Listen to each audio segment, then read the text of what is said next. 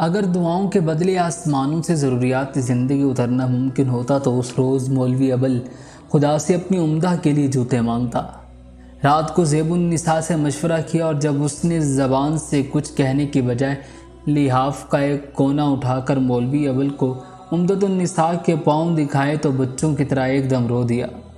اور دوسرے روز صبح کی نماز اور وظائف کے بعد 6.25 روپے موچی کی نظر کر آیا اور موچی کی دکان سے اٹھ کر گلی میں آیا تو اللہ جل شانہ کو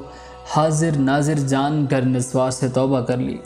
نمازیوں کی تعداد بڑھنے کی بجائے گھٹ رہی تھی اور ضروریات زندگی کی قیمتیں گھٹنے کی بجائے بڑھ رہی تھیں،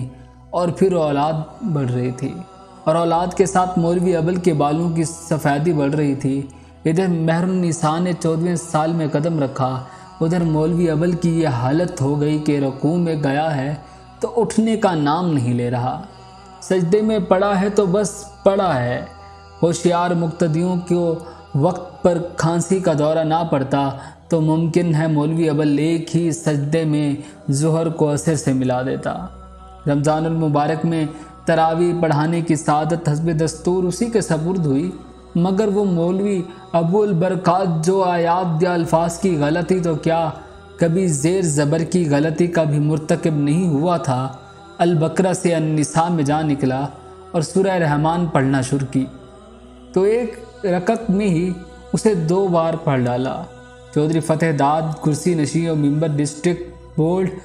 نے جب اسے اس استغراق پر سرزنش کی تو ایک بار تو مولوی ابل کے جی میں آئی کہ پکار اٹھے، آپ کے ہاں تو لونڈوں کی کھیپ ہے نا چودھری صاحب، آپ کے بھی کوئی بیٹی ہوتی اور اب وہ جوان ہو گئی ہوتی تو میں آپ کو سمجھاتا کہ ایک سورت کو 2 بار کیسے پڑھ لیا جاتا ہے۔